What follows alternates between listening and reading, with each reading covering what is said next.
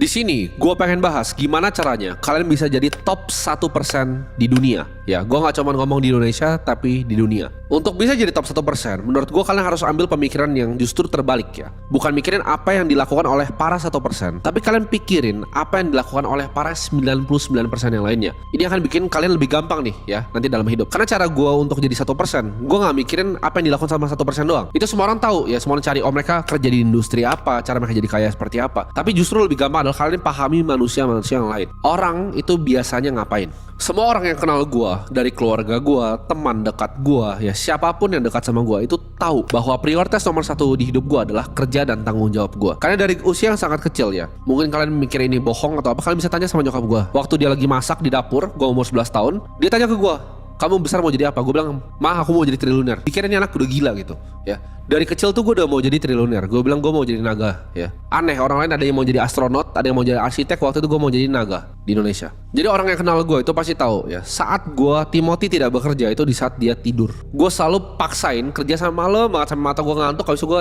ketiduran. Ada yang nanya, rutin gue apa? Gak ada, kerja ya. Gue gak punya rutin meditasi ya. Gue gak pernah diem meditasi itu gitu, gak pernah sekalipun hidup gue lakukan. Bangun tidur gue cek handphone, balesin WhatsApp karyawan, gue ngeliat semua berita apa yang terjadi di market, next move gue apa, next play gue apa, nanti gue meetingnya mau ngomongin apa, gue mau syuting video apa yang gue harus pikirin di hari ini, itu semua yang gue pikirin. Jadi terakhir gue gak kerja itu di saat mata gue udah tertutup ya. Gue dari terbuka matanya pagi hari sampai gue tertutup malam hari, itu selalu yang gue lakukan adalah bekerja. Gue mikirin strategi portfolio gue apa, aset play apa yang bisa gue lakukan, kira-kira gue bisa diversifikasi portofolio kemana, apa yang bisa gue lakukan. Gue pikir itu terus, gimana caranya gue bikin portofolio gue better gitu, gimana caranya gue bikin diri gue better, skill gue, apa yang bisa gue asah, apa yang bisa gue pelajari tentang dunia ini ya. Di hal-hal yang gue gak tahu, misalnya gue gak terlalu tahu tentang AI waktu itu, gue pelajari secara dalam ya, AI itu seperti apa, cara kerjanya gimana, dunia ini akan arahnya kemana. Itu yang selalu gue pikirin.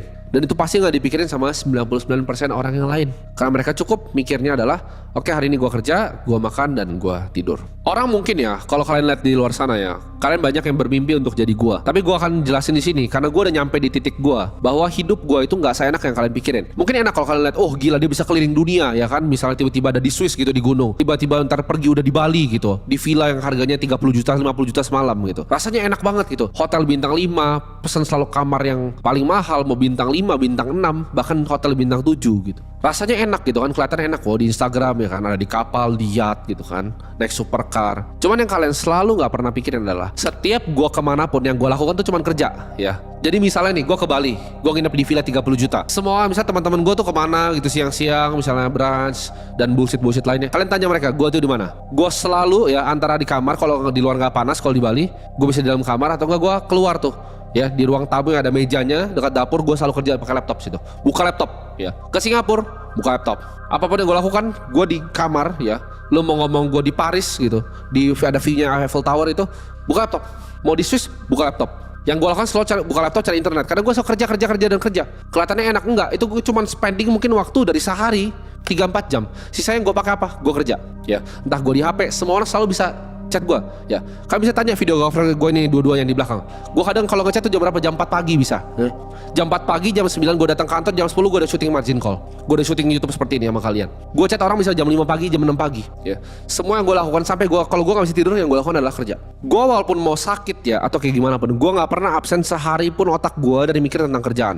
Kalau gak hadir badan gue, mungkin gue pulang misalnya sore untuk meeting sama orang, cuman otak gue itu gak pernah berhenti kerja sehari pun dari 365 hari di tahun ini ya. Dan tahun sebelumnya gue mau di rumah sakit, gue diinfus ya, gue pakai nebulizer buat nafas, masih balesin handphone, masih ngeliatin market ya. Itu yang gue bener-bener real dan gue lakukan. Kalau lu orang-orang pemalas, demennya tidur ya, percayalah gue, kata-kata gue ini, kemiskinan akan datang ke lu seperti pencuri di malam hari. Lu doyan aja tidur ya. Lu harus belajar untuk melihat binatang-binatang bahkan. Gue selalu analoginya sebagai binatang gitu.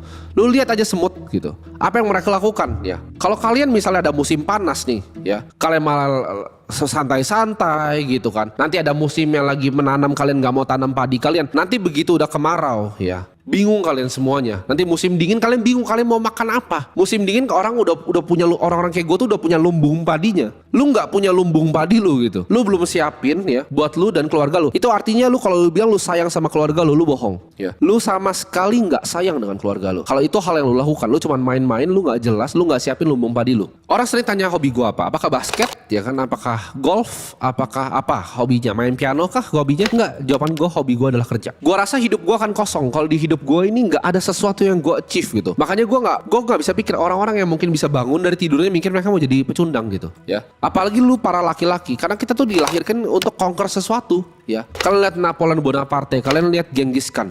Masa kalian mau cuma santai-santai di rumah dan nggak pernah ngapa-ngapain? Apakah itu hal yang kalian mau? Ya, masa kalian nggak bisa bangun di dunia ini untuk mikir, oke, bisa gue ngeliat ini ya, sebelah kantor gue ini ada gedung 1, 2, 3, 4, 5, 6 ya, gedung-gedung situ. Gue pengen beli semuanya satu-satu gitu nanti ke depannya. Gimana caranya gitu? Bahkan gedung yang sekarang ini gue syuting pengen gue beli juga gitu ke depannya. Kenapa kalian nggak punya desire untuk conquer seperti itu? Dan itu yang nggak dipunyain sama 99% orang yang lain. Jadi untuk lu jadi 1%, lu tinggal lakuin yang 99 ini nggak lakuin. Kerja seperti gue tadi mereka nggak lakuin. Kalian bayangin, mereka itu semanden ini. Mereka pikir oke, gue nabung setahun nih ya kan, nabung setahun. Terus gue akhirnya liburan kan ya, ke Bali. Habis itu gue have fun di sana. Terus gue mau masuk kantor besok, males.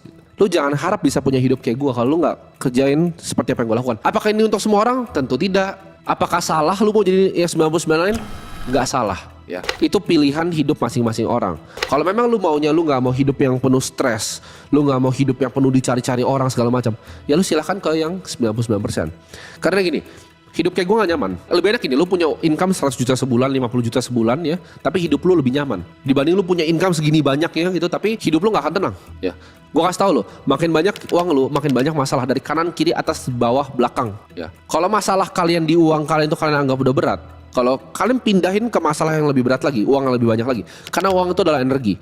Semakin banyak uang lo akan semakin banyak masalah lo. Itu selalu ya. Gue itu suka banget cerita di mana Julius Caesar ya, salah satu pemimpin paling hebatnya Roma. Dia di umur gue lupa 30 atau 40. Akhirnya dia datang dan ada suatu momen dia ngelihat patung dari Alexander the Great ya. Itu orang yang kuasain 3 benua di umur 22 tahun. Dia lihat patung itu padahal dia jadi pemimpin yang hebat, dia nangis. Karena dia mikir hidupnya belum achieve apapun dibanding Alexander the Great ya. Kalian kalau pikir kalian ini, misalnya kalian bilang, gue itu aneh gitu karena gue umur 23 udah bisa begini. Enggak, Alexander the Great itu 3 benua 1 tahun di bawah gue. Sultan Mehmet itu umur 21 udah jatuhin tembok Konstantinopel, gak pernah dijatuhin 1000 tahun ya. Dia bikin altar diri, dia bikin itu meriam ya. Meriam yang besar itu pertama kali diciptain buat hancurin temboknya. Umur 21. Kalian 21 di situ masih ngapain ya? Setiap cewek lewat gitu kalian ciulin gitu. Kerjaan kalian cuma seperti itu, ngeliatin di Instagram, explore. Oh iya ya. Oh sange ya, terus kalian coli gitu. Itu kerjaan kalian ya, jangan ketawa kalian di sana ya. Gue gak ngerti sama laki-laki yang hidup di dunia itu, kalian seperti gak punya ambisi. Kalian senang aja gitu, liat nyokap kalian diinjek-injek, liat keluarga kalian selalu diinjek-injek, kalian senang-senang aja. Di restoran tuh makan terus mesti lihat menu, pilih yang murah yang mana ya sayangnya. Kenapa kalian gak punya ambisi untuk keluar dari sana gitu? Kalau kalian bilang kalian sayang berarti sama keluarga kalian bohong. Karena kalau kalian benar-benar laki-laki yang punya tanggung jawab dan beneran sayang, kalian akan mau yang selalu yang terbaik untuk keluarga kalian. Baik orang tua kalian, mau nenek kalian, mau istri kalian, mau anak kalian ya. Itu kalau kalian benar-benar laki-laki yang bertanggung jawab. Buat jadi 1% ya, lu cuman perlu ngelakuin, gue selalu akan ulangin lagi yang gak dilakuin oleh 99% yang tadi ya, yaitu kerja sedikit aja lebih keras ya. Karena orang itu males. Para monyet-monyet ini 99% itu males. Kenapa gue bilangnya monyet? Kalau bilang kan kasar gitu. Karena IQ Indonesia itu rata-rata ya 78 kayak gorila, di bawah gorila, Pak. Di bawah lumba-lumba ya. Jadi gue ngomong gini keras karena ini adalah fakta. Lu cuma perlu lebih pintar sedikit aja. IQ lu 110 gitu, 120 IQ lu akan outsmart semua monyet-monyet ini. Lu kerja sedikit aja lebih keras. Ini mereka tuh males, datang gitu kan, kerja tuh, belajar, coli terus tidur gitu. Gampang banget, bantai orang-orang ini gampang banget gitu. Sangat-sangat luar biasa mudah kalau lu mau gitu. Bedanya lu mau jadi yang kiri atau mau jadi kanan, terserah pilihan lu. Kalian lihat apalagi generasi gua ya, ini terutama nih kalau ada yang nonton satu generasi sama gua atau bahkan seumuran sama gua, kalian harus sadar ya, generasi Z, Gen Z ya kan. Ini orang-orang yang biasanya kalau misalnya tipikal kalau di kantor itu merasa waduh ilmunya banyak banget karena dia punya delusi bahwa informasinya dia pinter, otaknya pinter karena dia lahir di era teknologi ya, dimana informasi itu sangat banyak terbuka tapi dia nggak punya practical skill set. Kalau gue itu sales jalanan, gue pernah kerja di marketing agency, gue pernah kerja di startup, gue pernah masuk ke kantor kerja beneran.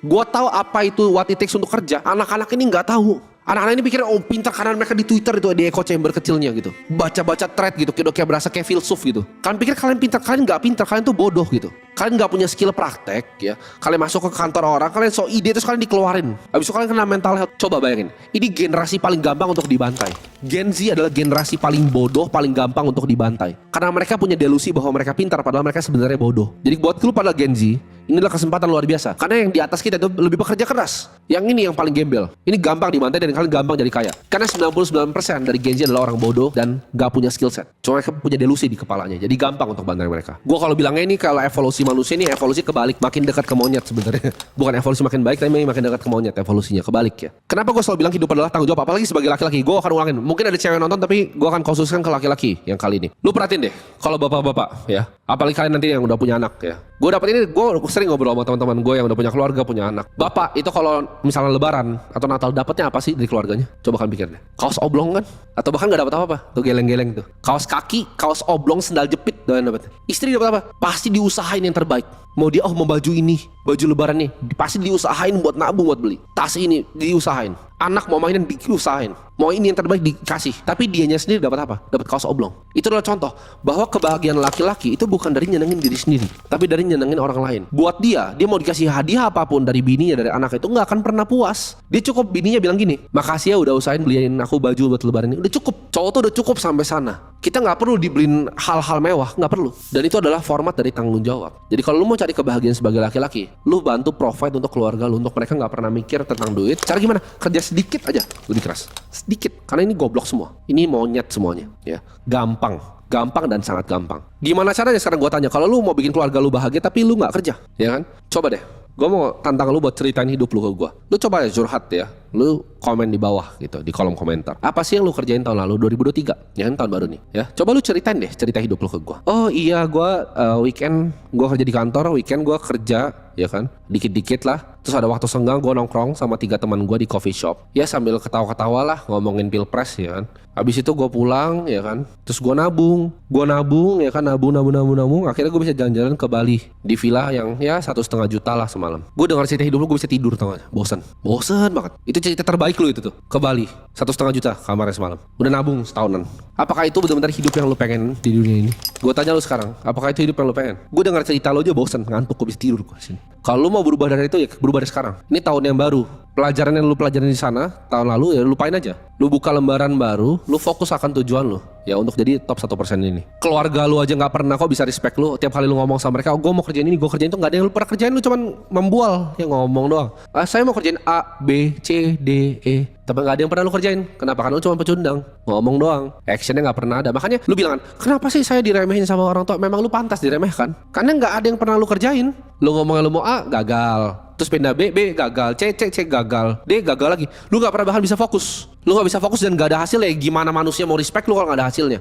Ya itulah dunia gitu. Lu gak ada hasil ya lu gak dianggap. Kebahagiaan cowok itu datang dari situ. Nyokap gua bilang, kok mami lagi kepengen nih mobil ini.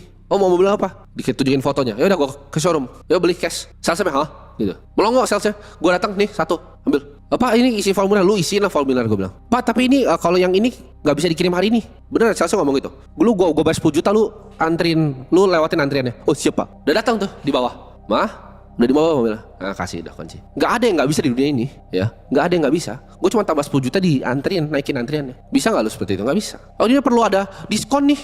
Kalau ini cicilan ini diskon. Gak perlu cash. Bayar. Oh iya pak, siap-siap. Dianterin langsung sore itu juga. Langsung nyampe. Nah itu adalah kebahagiaan. Tapi kalau kalian mau tempuh jalan ini, gue akan bilang jalan ini adalah jalan kutukan. Ya mungkin kalian gak akan ada waktu lagi sama mungkin orang-orang yang kalian sayang. Cuma itulah pengorbanannya. Mungkin mereka akan nanti merasa kalian gak punya waktu untuk mereka. Tapi kalian bisa provide untuk mereka. Ini adalah hidup di mana kalian tempuh suatu jalan ya, di mana kalian harus jadi terbaik, paling kompetitif ya. Kalian siap untuk sikat-sikat orang, jalannya lurus ya, nggak pernah kalian mau belok, lurus dengan tujuan kalian. Apapun yang teman kalian mau coba tarik, kalian tetap lurus jalan ke depan. Orang tua kalian mau tarik, kalian lurus ke depan. Kalian buang bahkan mereka dulu ke samping untuk ke depannya. Karena sama, gue lakuin hal yang sama. Gue buang dulu semua opininya ke samping, gue lurus ke depan. Kenapa? Karena hidup mereka bukan hidup yang gue mau nih. Nah tapi kalau kalian benar-benar mau ini, gue kasih tahu ini adalah kutukan dan nggak gampang. Tapi kalau kalian mau masuk ke ya top 1% di dunia, welcome to the game.